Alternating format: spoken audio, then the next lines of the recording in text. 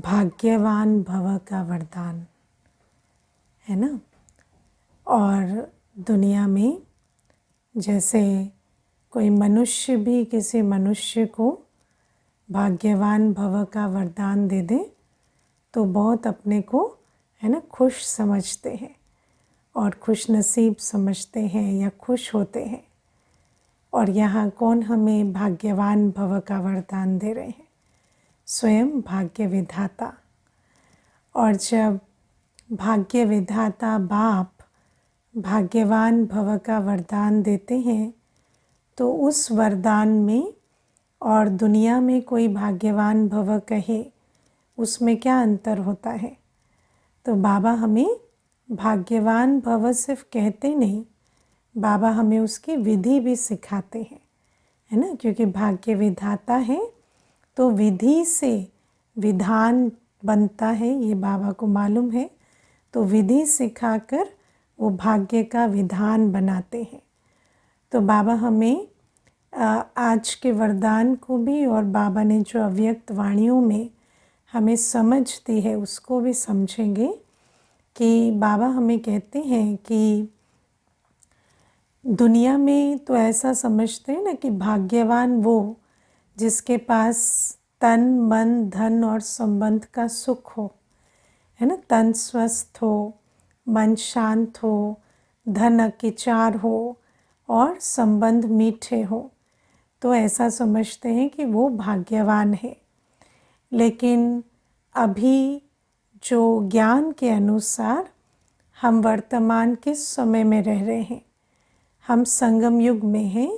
और संगम युग माना कलयुग अंत सतयुग आदि का समय। और कलयुग के अंत का समय होने के कारण हमारे सिर पर बहुत बड़ा विकर्मों का बोझ है। कितने जन्मों का? 63 जन्मों का, है ना। सबको मालूम है ना ये बात, है ना। तो जब 63 जन्मों के विकर्मों का बोझ है, इसीलिए बाबा ने हमें ड्रामा का ज्ञान दिया है। तो जब 63 जन्मों के विकर्मों का बोझ है और वो ड्रामा का ज्ञान हमारी बुद्धि में है, तो कहीं हम ये तो एक्सपेक्ट नहीं कर रहे ना दुनिया वालों की तरह या ज्ञानी आत्माओं की तरह कि तन मन धन संबंध जो है वो बिल्कुल परफेक्ट और सुखदायी होगा। ऐसा तो नहीं सोचते कोई, या इस एक्सपेक्टेशन में तो नहीं रहते, है ना। अगर रहते हैं तो इसका मतलब ड्रामा की समझ नहीं आई है। तो बाबा हमें कहते कि वर्तमान समय ऐसा नहीं हो सकता कि तन मन धन और संबंध बिल्कुल एक्सपेक्टेशन के हिसाब से या बिल्कुल परफेक्ट चले। कुछ ना कुछ ऊपर नीचे तो लगा ही रहेगा, क्योंकि ये जो कर्मों के हिसाब किताब है ये इसी 4 विधियों से हमारे सामने आते हैं, है ना। तन की व्याधि, मन की व्याधि, धन की व्याधि और संबंध की व्याधि। इसी प्रकार से कर्म बंधन हमारे सामने मैनिफेस्ट होते हैं।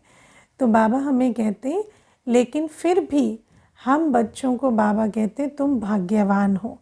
क्यों? क्योंकि बाबा हमें कहते कि अब तुम्हारे को जब स्वास्थ्य के पेपर आते हैं, जब तन ऊपर नीचे होता है तो उससे तुम अप्रभावित रहते हो। क्यों? क्योंकि तुम्हें स्वस्थिति में स्थित होने का मंत्र मिला है ना। अब हम आत्मा स्वस्थिति में स्थित रहकर तन के पेपर को पास करते हैं। आज बाबा ने कहा कर्म योगी बनकर कर्म भोग को पास करते हैं।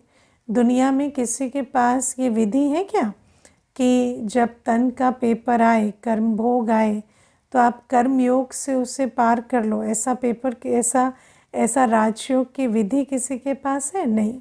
लेकिन हम बच्चे भाग्यवान बच्चे हैं जिनके पास ये सुंदर विधि है कि जब तन की व्याधि सामने आती है, कर्म भोग सामने आता है, तो हम कर्म योग से उसको पार करें।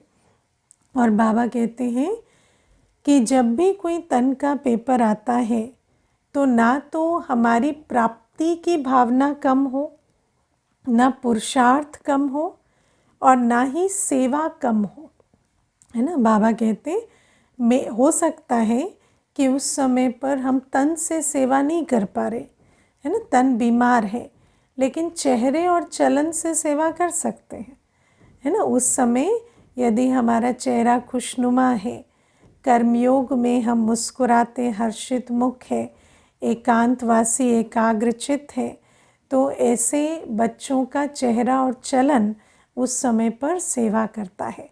तो बाबा कहते हैं कोई भी तन की व्याधि हमें ना तो पुरुषार्थ से वंचित करे, है ना। अमृत वेला जिंदा या मुर्दा, हम अमृत वेले बाबा के कमरे में मिले है ना। अगर शरीर भी छूटे, भक्ति मार्ग में तो कहते हैं गंगा का तट हो, गंगा जल मुख में हो, तो प्राण तन से निकले।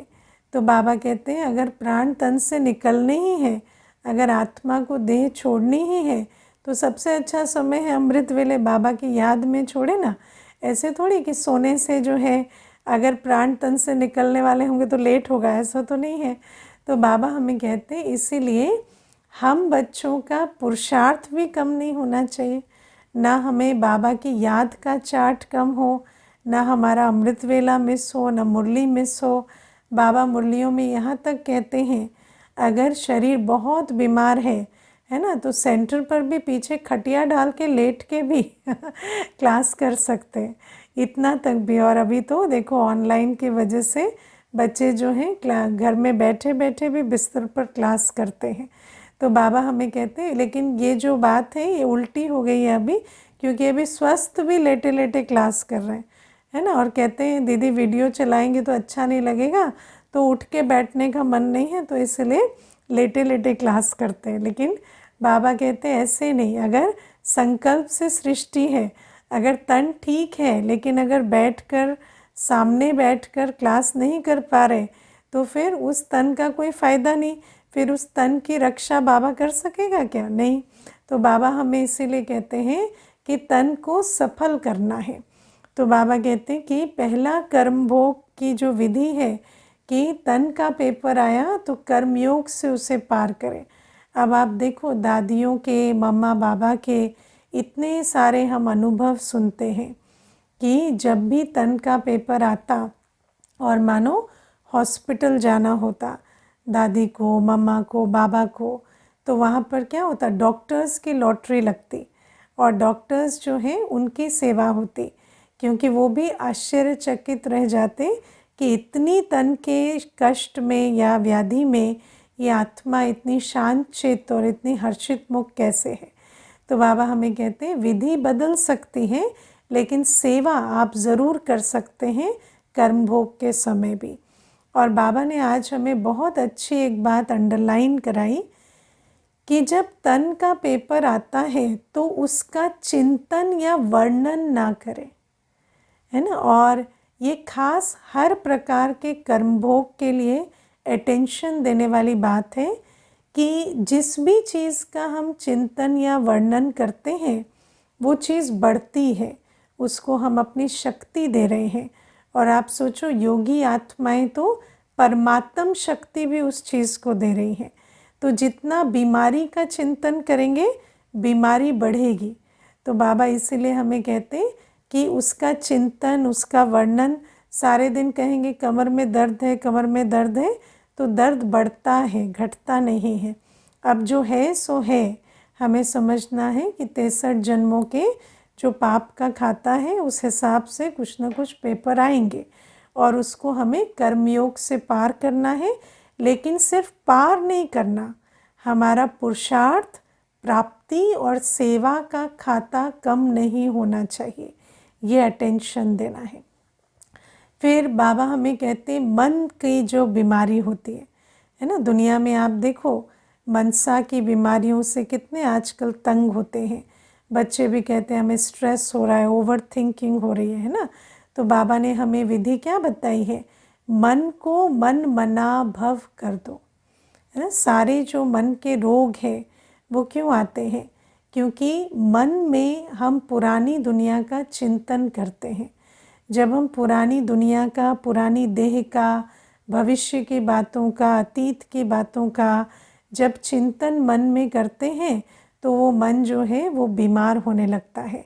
तो बाबा कहते हैं तुम्हें मन को मनमना भव करके और मन की शांति का अनुभव करना है। बाबा कहते ऐसा नहीं हो सकता आज कि परिस्थितियां ऐसी हो कि मन हमेशा शांत रहे। कई बार व्यक्ति सोचता है कि जब परिस्थिति ऐसी है तो मन तो शांत हो ही नहीं सकता, लेकिन बाबा कहते परिस्थिति है इस वजह से मन परेशान नहीं है। तुमने परिस्थिति का चिंतन मन में किया है, इसलिए मन परेशान है। मन परिस्थिति के होने से परेशान नहीं होता, सोचने से परेशान होता है। तो बाबा कहते हैं और वैसे भी अगर आप बहुत भी सोचें तो क्या होगा, परिस्थिति बदल जाएगी। बहुत सोचते हैं तो और ही उस परिस्थिति को बल भरते हैं। तो बाबा कहते हैं इसीलिए मन को मन मना भव कर दो। मुझे एक बार किसी ने कहा कि अभी 4-5 बातें जीवन में चल रही हैं, इसीलिए नींद नहीं आती। सारे दिन और सारी रात सोचता रहता हूँ, है ना। तो मैंने कहा फिर जब सारी रात सोच लेते हो तो सुबह बात तो ख़त्म हो जाती होगी। तो कहते नहीं, बात कैसे ख़त्म हो जाएगी, बात तो वहीं की वहीं है। तो मैंने कहा फिर सोचते क्यों रहते हो, सोते क्यों नहीं, सो जाया करो, सुबह उठ के सोच लिया करो, बात तो वहीं रहेगी ना, कहीं भागी तो नहीं जा रही है। ऐसा तो नहीं आप सो जाएंगे तो बात भाग जाएगी, बात तो वहीं रहेगी। तो आप कितना भी चिंतन करो या ना करो, बात तो जो है सो है। तो बाबा हमें कहते हैं इसीलिए आत्मा को आत्म अभिमानी बन बाबा की याद में मनमना भव होकर मन को शांत करना है जितना नेसेसरी है। देखो जब भी कोई बात आती है तो ज़रूर है कि आप उसका कोई सल्यूशन सोचेंगे, या मान लो आप उस बात को समझते नहीं हैं। जैसे मान लो कोई लीगल बात आ गई है ना, कोई ऐसी बात आ गई है जिसका आपको आइडिया नहीं है, तो आप उसे समझेंगे, आप उसके बारे में पता करेंगे, किसी को पूछेंगे, वो सब भी आप करेंगे या उसका सल्यूशन भी निकालेंगे। लेकिन वो सब कुछ करते हुए बाबा कहते मन अशांत नहीं होना चाहिए। क्योंकि देखो ये जो ड्रामा है इसमें पार्ट बजाना है, तो बात आएगी, बात का आपको सल्यूशन निकालना है, उसको पार करना है। मानो कोई शरीर का भी पेपर आया तो ज़रूर है कि उसको समझेंगे कि क्या बीमारी है, क्या है, या इसका इलाज कहाँ सबसे अच्छा होता है, कहाँ पर कितना खर्चा होता है, कंपेयर भी करेंगे, सब कुछ करेंगे। लेकिन बाबा कहते वो सब कुछ करते जब हम बाबा की याद में रहेंगे तो मन मनाभव के कारण हमारा मन अशांत नहीं होगा। तो ये विधि बाबा ने हमें बताई है मन की व्याधि पर विजय पाने की। फिर बाबा हमें कहते धन, है ना। तो बाबा कहते जो बच्चे अपना तन मन धन और जीवन समर्पण करके चलते हैं उन बच्चों को बाबा कहते हैं कि कभी भी ज़रूरत और सेवा दोनों के लिए धन की कमी नहीं होगी। बाबा कहते अंत घड़ी भी उनकी दाल रोटी का इंतज़ाम मैं करूँगा, है ना। और प्रैक्टिकल जो बच्चे सच में बाबा को समर्पण होकर चलते हैं, वो अगर आप समर्पण होकर चलते हैं तो आपका ज़रूर ये अनुभव होगा कि जहाँ पर आवश्यकता होती है, चाहे स्व के व्यवहार के लिए या पुरुषार्थ के लिए या सेवा के लिए, मैं तो कहती हूँ व्यवहार के लिए भी, ऐसा नहीं है कि सिर्फ सेवा के लिए या पुरुषार्थ के लिए, आत्मा इस ड्रामा में पार्ट बजाए, अपने व्यवहार में रहे, उसके लिए भी बाबा आत्मा का इंतज़ाम ज़रूर करता है। प्रैक्टिकल कह रही हूँ ना, सच बात है ना। हाँ, कौन कौन हाँ कहते हैं कि बाबा जो है वो बच्चों को दाल रोटी उनका सारा इंतज़ाम बाबा करता है। तो बाबा कहते हैं इसीलिए ये जो धन भी है, ऐसा नहीं कि जैसे दुनिया में लोग सोचते हैं ना, मेरे बैंक में इतना पैसा है, मुझे कल काम आएगा, मेरी ये प्रॉपर्टी है, वो प्रॉपर्टी है, तो ऐसा ना भी हो, है ना, कोई बड़ी बात नहीं। लेकिन जब बच्चों को आवश्यकता होगी, जिस प्रकार की आवश्यकता होगी, चाहे स्व पुरुषार्थ के लिए, सेवा के लिए, व्यवहार के लिए, बाबा उसकी जितनी भी प्राप्ति है वो ज़रूर कराएगा। और मैं आपको प्रैक्टिकल एक बात बताती हूँ। एक माता मुझे कुछ दिन पहले बताती थी, कहती कि मैं दीदी हमेशा पहला जो मेरा चाहे समय की बात हो, तन की बात हो, धन की हो, मैं हमेशा पहले बाबा के लिए निकालती हूँ, पहला हिस्सा बाबा के लिए, क्योंकि बाबा मुखिया है, मुख्य है। तो पीछे कुछ बात आई जीवन में जहाँ धन की आवश्यकता थी, बच्ची का एडमिशन नहीं हो रहा था, तो वहाँ पर डोनेशन मांग रहे थे और उतनी ताकत नहीं थी देने की, लेकिन और कहीं उसने क्वालिफाई भी नहीं किया था। तो फिर आया कि ये किस प्रकार से होगा, तो मैंने बाबा पे छोड़ दिया, क्योंकि जब हम समर्पित बुद्धि होते हैं तो हर प्रकार से समर्पित बुद्धि होते हैं। तो कहा कि मेरे को ऐसे भी नहीं चला चिंतन कि ऐसा होना ही चाहिए। मैंने कहा चलो बाबा, आपकी बच्ची है, हम आपके हैं, परिवार आपका है, बच्चा आपका है, अगर होगा तो होगा, नहीं होगा तो नहीं होगा, और नहीं भी होगा तो जो होगा वो आप देख लेना है ना। तो इस प्रकार से माता ने जो है बाबा को सौंप दिया, और वो कहती मैं बिल्कुल निष्फिक्र हो गई। उसके बाद कहती एक भाई हमारे संपर्क में आया और हमारा उससे कोई लेना देना नहीं, कोई जान पहचान नहीं, कुछ भी नहीं, लेकिन आगे से जैसे वो चल के आया और धीरे धीरे पता लगा कि उसका उसी कॉलेज में कनेक्शन है जहाँ इसका एडमिशन रुका पड़ा था, और उसने बिना डोनेशन के वो एडमिशन कराया, है ना। तो उसने वो जो प्रॉपर वाली सीट में उसका एडमिशन कराया।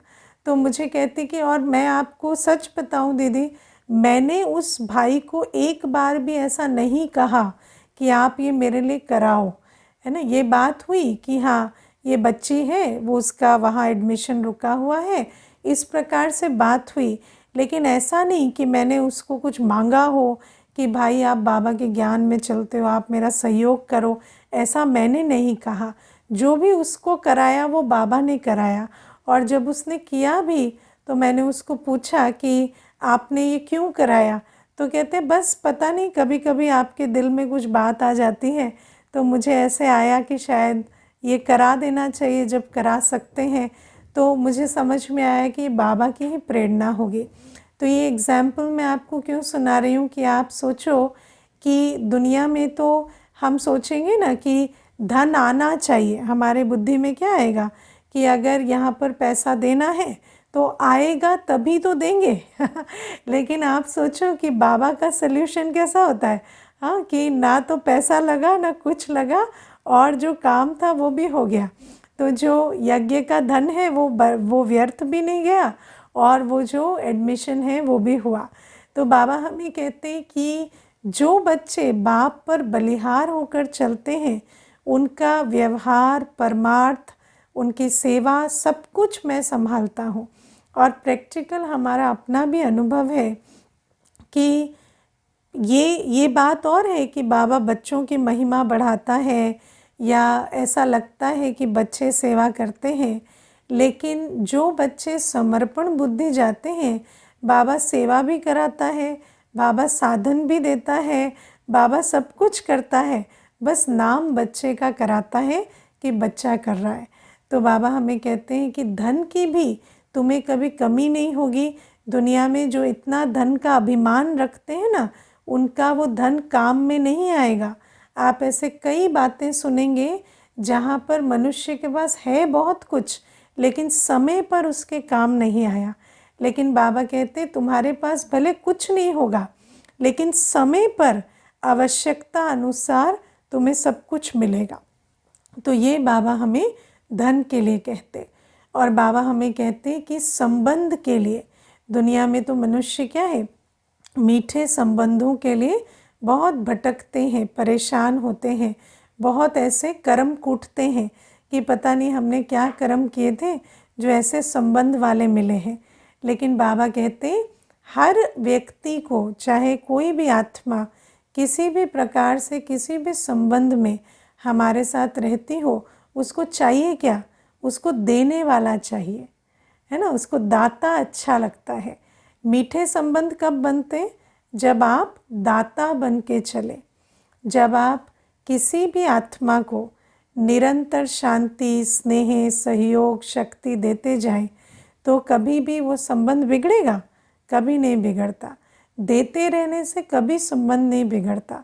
संबंध कब बिगड़ता है? जब आप मांगना शुरू करते हैं है ना। तो बाबा हमें कहते हैं कि जब बाबा से हम सर्व संबंध रखते हैं तो हम सदा आत्माओं के साथ भी संबंध में किस प्रकार से चलते हैं? दाता बनकर चलते हैं। तो एक तो बाबा के साथ सर्व संबंध रखने से हमारी जो दिल में जो रिक्त स्थान है, जो खाली जगह है, उसकी कोई स्कोप नहीं रहता। बाबा के साथ सर्व संबंध जो आत्मा निभा कर चलती है, बाबा के साथ सर्व संबंध निभाने आते हैं। हाँ, पिता के रूप में बाबा क्या चाहते हैं? बाप का बन कर चले, है ना। शिक्षक के रूप में बाबा चाहते हैं उसकी शिक्षा और श्रीमत का संपूर्ण रूपेण पालन हो। सतगुरु के रूप में बाबा कहते हैं मेरे वरदानों के स्मृति स्वरूप होकर चलो, है ना। बंधु के रूप में बाबा कहते हैं तुम मुझसे कुछ मत छिपाओ, सब कुछ मुझे सच सच बताओ। क्योंकि दोस्त कहता है ना, तूने ये बात मुझसे छिपाई, आज से दोस्ती ख़त्म, है ना। तो बाबा भी कहते हैं हर बात बाबा के साथ हम शेयर करें, है ना। तो बंधु सखा के रूप में, साजन के रूप में बाबा कहते एक व्रता होकर चलो। तुम्हारी बुद्धि में, संकल्पों में भी कोई दूसरा नहीं होना चाहिए। एक बाबा, दूसरा ना कोई। तो बाबा इस प्रकार से, देखो दुनिया में इस बात का तो बहुत वर्णन सुनना चाहते हैं। कई बार ना हमें ऐसे रिक्वेस्ट भेजते हैं कि दीदी क्लास करा दो कि सर्व संबंधों में बाबा से क्या क्या मिलता है ना। बाप रूप में बाबा क्या देते हैं, टीचर रूप में क्या देते हैं, है ना, सतगुरु रूप में क्या देते हैं। लेकिन मुख्य क्लास किसकी करनी पड़ेगी कि हम हर संबंध में बाबा के साथ कैसे चले। क्योंकि शिक्षक के रूप में बाबा तो हमें बहुत ऊंची शिक्षा दे रहे हैं, लेकिन क्या हम उस शिक्षक स्वरूप का लाभ ले रहे हैं, उन शिक्षाओं को जीवन में धारण करके। जैसे छोटा सा उदाहरण है, अभी कल की या परसों की मुरली में बाबा ने कितनी अच्छी हमें शिक्षा दी कि जब कोई तुम्हें उत्तेजित करना चाहता है तो वो तुम्हें गाली देता है या वो अपमान करता है तो तुम निरहंकारी होकर बिल्कुल चुप रहो। कितनी अच्छी बाबा ने हमें शिक्षा दी। अब आप बताओ, ये जो 2-3 दिन हुए, मानो परसों मुरली चली, तो आज तक का अपना चार्ट देखो कि जब भी किसी ने उत्तेजित करने के लिए कोई उल्टी बात की या इंसल्ट किया या कोई और चीज़ की, तो क्या हमने उत्तेजना से जवाब दिया या निरहंकारी होके चुप रहे, है ना। तो और अगर आप देखेंगे तो अगर आप चुप रहे हैं तो आपको ऐसा अनुभव होगा कि उस परिस्थिति में आपको बेनिफिट हुआ और बाबा की भी आपको बहुत दुआएं मिली। लेकिन अगर आपने बहुत रिएक्ट किया है तो दोनों तरफ से आपकी जो दिल भी खाएगी और वहाँ भी नुकसान होगा। तो बाबा हमें इस प्रकार से कितनी सारी शिक्षाएं देते हैं ना। बाबा ये नहीं कहते कि रेस्पॉन्ड मत करो, कोई भी बात है रेस्पॉन्ड करो, लेकिन इंसल्टेड फील करके रिएक्ट करना, किसी भी प्रकार से उत्तेजित होकर उनकी वो जो चाहते हैं उस प्रकार से रिएक्शन दे देना, ऐसा नहीं, है ना। देखो मुझे एक भाई कहता था अभी थोड़े दिन पहले कि किसी ने बहुत गालियाँ दी, है ना, तो उसने क्या किया, उसको मार दिया, उसको थप्पड़ मार दिया। अब उसको थप्पड़ मार दिया तो उसने वीडियो बना ली, ठीक है, और वीडियो बनाकर वो रिपोर्ट लिखा रहा है। तो जब ये बात हुई तो अब ये भाई कहता है कि क्या हो जाएगा, थप्पड़ तो मार दूंगा ना, भले ही 2 महीने की जेल हो जाए, मुझे कोई बात नहीं, लेकिन मैंने उसको थप्पड़ मार दिया। तो अब आप विचार करो कि मनुष्य आपको जब कोई भी उत्तेजित कर रहा है तो वो चाहता क्या है, वो तो यही चाहता है कि आप भी कुछ कहें या आप भी कुछ इस प्रकार से बर्ताव करें या मर्यादाहीन कर्म करें जिस कारण से फिर वो बात उल्टी आप पर ही पड़ जाए। लेकिन बाबा हमें कहते हैं कि हमें कभी भी ना ना अनलॉफुल होना है और ना ही हमें कर्म की गति के हिसाब से कोई ऐसा कर्म करना है जो हमारे पर ही भारी हो जाए। तो बाबा हमें इस प्रकार से शिक्षा देते हैं और अगर हम शिक्षाओं पर चलते हैं तो हमें उसका लाभ भी होता है। तो बाबा हमें कहते कि मैं तो शिक्षा दे रहा हूँ और ड्रामा अनुसार उन शिक्षा की तुम्हें ज़रूरत भी है और उसी शिक्षा में तुम्हारा कल्याण भी समाया है, लेकिन क्या तुम उस शिक्षा को धारण करते हो? तो बाबा हमें कहते हैं कि जब हम बाबा के साथ सर्व संबंधों से संबंध में आते हैं तो आत्मा जैसे अपने कर्मों की गति का सुख भी अनुभव करती है, श्रीमत के बल का भी अनुभव करती है, दिल भी आत्मा की जो है भरपूर रहती योग बल से, और आत्मा के अंदर स्नेह शांति शक्ति की भी लहरें जैसे आत्मा अनुभव करती है, क्योंकि वो सागर के साथ आत्मा का डायरेक्ट संबंध है।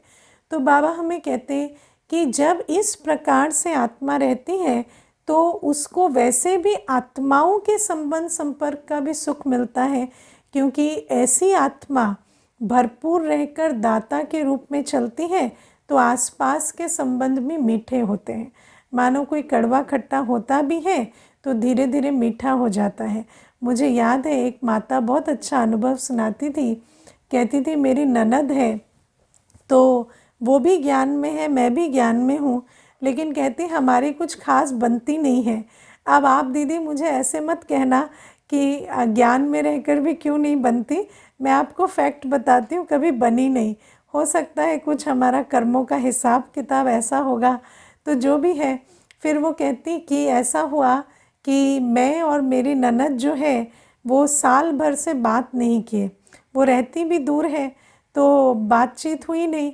फिर उसके बाद ऐसा लगने लगा कि अब तो बातचीत कभी नहीं हो सकती, क्योंकि फ़ोन पहले कौन करे अब वो फ़ोन करे तो उसको हिचक हो, मैं फ़ोन करूँ तो मुझे हिचक हो।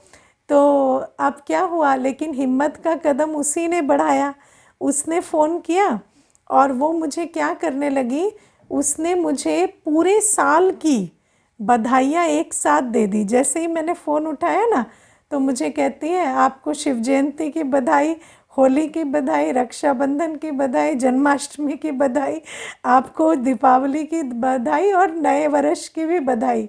और कहती कि दीदी मैंने आपको फ़ोन नहीं किया, साल भर हो गया और मुझे ऐसे भी लग रहा था कि अब क्या बात करूं, लेकिन हम तो बाबा के बच्चे हैं तो हम इस प्रकार से बात कर सकते हैं।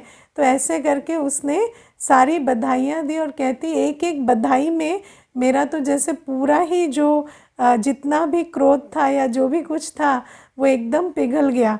और कहती उस दिन से फिर से बातचीत होने लगी। तो आप विचार करो कि जब एक आत्मा बाबा के प्यार से संपन्न होती है तो बाबा जैसे कहते हैं ना कि क्रोध अग्नि में भी जलते हुए को अगर स्नेह का जल या शांति का जल डाल दो तो वो जैसे बिल्कुल शीतल हो जाएगा। तो बाबा कहते हैं इस प्रकार से तुम्हारे वैसे भी संबंध मीठे हो जाएंगे। तो बाबा हमें कहते हैं कि इस समय हम भाग्यवान बच्चों को तन का, मन का, धन का, संबंध का, सबका सुख मिलता है, लेकिन उसकी विधि जो है वो ज्ञान योग के आधार से है ना। वो इस प्रकार से नहीं है जैसे दुनिया वाले सोचते हैं, लेकिन हमें चारों बातों का सुख इस समय मिलता है। डायमंड एज है, अभी जैसा सुख तो कभी भी नहीं है, लेकिन विधि जो है वो ऐसी है कि जब हम बाबा की याद में रहें, मनमना भव रहें, सर्व संबंध बाबा से जोड़कर चलें और जब हम कर्मयोगी बनकर चलें तभी जाकर ये सुख हमें मिलता है। तो ये भाग्यवान बनने की विधि बाबा समझाते हैं। और फिर आज बाबा हमें कहते हैं कि आत्मा जो है, आत्मा को अब आप विचार करो कि बाबा हमें रोज़ कहते हैं सेवा करो, है ना। और आज बाबा कहते हैं कि रॉयल चलन से सेवा होती है, मिठास से सेवा होती है, और बुद्धि अच्छी हो तो अच्छी पॉइंट्स सुनाकर सेवा करते हैं। मैं आज ऐसे ही विचार कर रही थी, देखो आज हम कैसे समय में जी रहे हैं कि धूप से या है ना सूर्य से हमें विटामिन डी मिलती है ना। विटामिन डी कैसे मिलती है? सूर्य से मिलती है।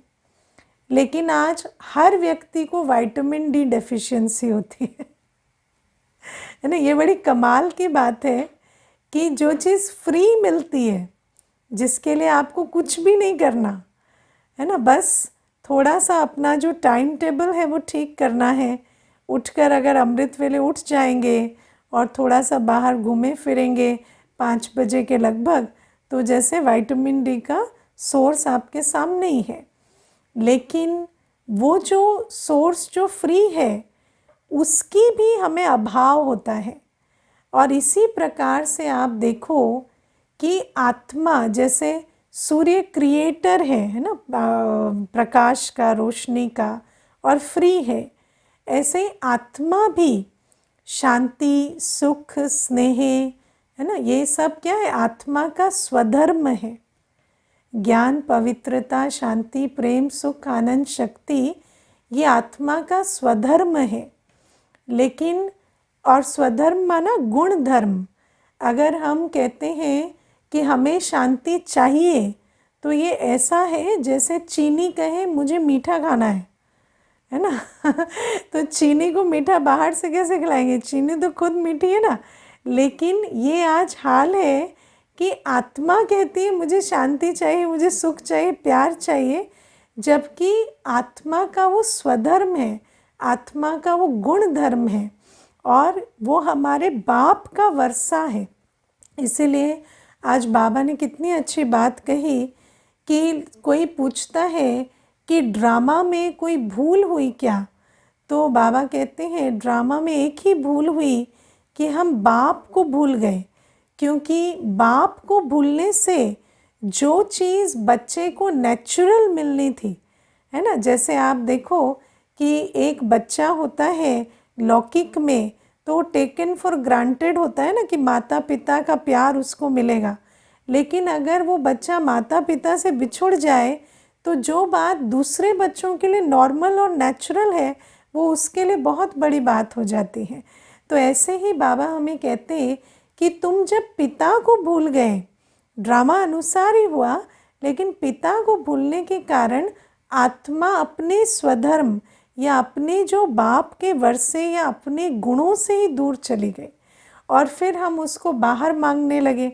तो और आप सोचो, इसी का फिर दूसरा जो रिएक्शन हुआ या रिजल्ट हुआ वो क्या हुआ कि शरीर भी, अब आप देखो आज व्यक्ति जो है कहता है कि दवाई खाकर हम डोपामाइन या है ना कोई भी जो अच्छे हार्मोन्स है वो रिलीज़ करें, हैप्पी हार्मोन्स रिलीज़ करें दवाई से।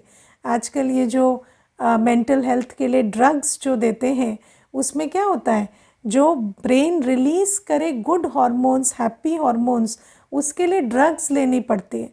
लेकिन बाबा हमें कहते हैं कि वास्तव में आत्मा जब अपने बाप की याद में रहे और स्वधर्म में रहे, तो आत्मा नेचुरली सुख शांति स्वरूप है। और जो आत्मा अपने सुखी और शांत स्वरूप में रहती है, उस आत्मा का ब्रेन नेचुरली डोपामाइन प्रोड्यूस करेगा, उसको बाहर से लेने की ज़रूरत नहीं है।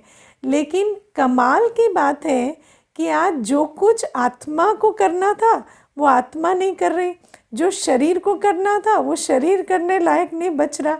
शरीर को जो हार्मोन्स हैं और जो हैप्पीनेस या पीस के लिए जो हार्मोन्स है वो शरीर नहीं जनरेट कर रहा, और सब कुछ हम बाहर से मांग रहे हैं।